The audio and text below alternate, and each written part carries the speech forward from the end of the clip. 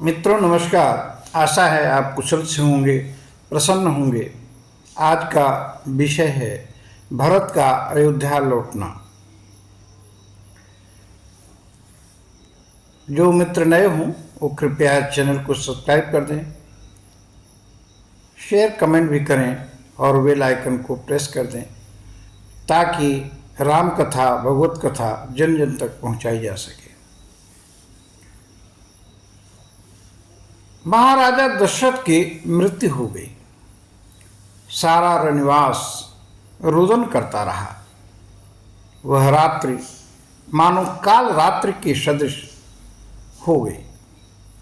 सुबह होते ही महामुनि वशिष्ठ जी आए। समयानुसार बहुत सी कथाएं कहकर सबको ढाढ़स बधाया और शव को तेल भरी नाव में रखवा दिया। तत्पश्चात अति तीव्र दो धावकों को बुलाया और समझाया कि अभी अभी भरत के पास जाओ। न मार्ग में न उनके ननिहाल में कहीं भी राजा की मृत्यु और राम जी के बन जाने की खबर मत देना। सिर्फ भरत से इतना ही कहना कि गुरु जी ने अभी अभी बुलाया है। समाचार पूर्ण गुप्त रखना है। राजदूतों ने वैसा ही किया। वायु भी शर्मा जाए ऐसे घोड़े लेकर वे कैके देश, जो अब कश्मीर है, को चल पड़े। वहां भरत जी को रोज बुरे सपने आते। नित्य भरत जी उठकर शिव अभिषेक करते, ब्राह्मणों को भोजन कराते, दान देते। चित्त में परेशानी थी, किससे कहें समझ में नहीं आता। इसी उधेड़ बुन में वे थे कि अयोध्या के दूत पहुंच गए। बिना किसी भूमिका के उन्होंने भरत जी को गुरु जी का संदेश सुनाया और तुरंत भरत और शत्रु वहां से चल पड़े। जल्दी ही अवध करीब आ गया। जब वे राजधानी में प्रवेश किए तो कोई खुश नहीं था। दुकानें बंद थीं। जो मिले वह मुंह फेर कर चल दे। सड़कों पर कुत्ते रो रहे थे। सारी प्रजा को इस प्रकार का बर्ताव करते देख भरत को बड़ी आशंका हुई। अब भरत और अनुज महल में आ गए। मां कैकेयी बड़ी प्रसन्न मिली। सुंदर वस्त्र पहने आरती का थाल सजाए मिली।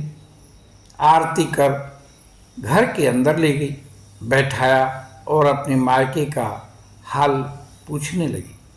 तब भरत जी ने कहा, वहां तो सब ठीक है, पहले यहाँ का हाल क्या है उसे बताइए। तब कैकेयी ने कहा, बेटा राजा जी नहीं रहे। उसने ये बात हल्के से कही, पर भरत जी और शत्रु दोनों ही रुदन करने लगे। फिर बोली, राजा तो वृद्ध थे, जिंदगी भर राज्य किया, सारे पुण्य कर्म किए, वे सोचने योग्य नहीं हैं।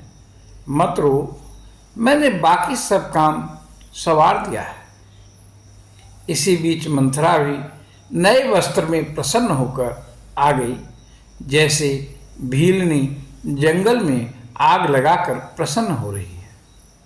कैकेयी आगे बोली, बेटा मैंने 2 वर मांगे राजा से, तुम्हारे पिताजी से।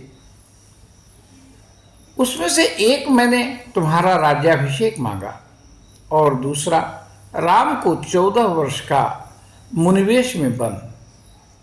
तो राम वन को चले गए, उनके साथ सीता और लक्ष्मण भी चले गए। उसने ये बात कही बड़े हल्के ढंग से, ऐसे जैसे कुछ हुआ ही न हो। मगर भरत जी के ऊपर तो मानो वज्राघात हो गया। राजा की मृत्यु तो वे भूल गए। राम वनवास की बात सुनकर उसमें भी स्वयं के लिए भरत ने कहा, हे भगवान, हे माँ, तुम कैसी मेरी माँ हो? तुम मेरी माँ हो यह आश्चर्य है। तुम किस मिट्टी की बनी हो जो राम जी जैसे धर्मात्मा को बंद दिला दिया? राजा का हृदय पवित्र था, तुम्हारी कुटिलता वे समझ नहीं सके। जब तुमने राम जी के लिए वन मांगा तो तुम्हारी जीभ गल क्यों नहीं गई, उसमें कीड़े क्यों नहीं पड़ गए। बिलखते हुए वे कहने लगे कि राजा जैसे पिता, राम जैसे भाई हद है, और तुम जैसी माँ, ये तो आश्चर्य है। विधि पर कोई बस नहीं। शत्रु ने कुबड़ी मंथरा को देखा तो उस पर टूट पड़े। भरत जी ने मना किया और माँ से बोले, जाओ, जिंदगी भर मुझे अपना मुंह मत दिखाना। वे उठकर कौशल्या के महल की तरफ चल पड़े।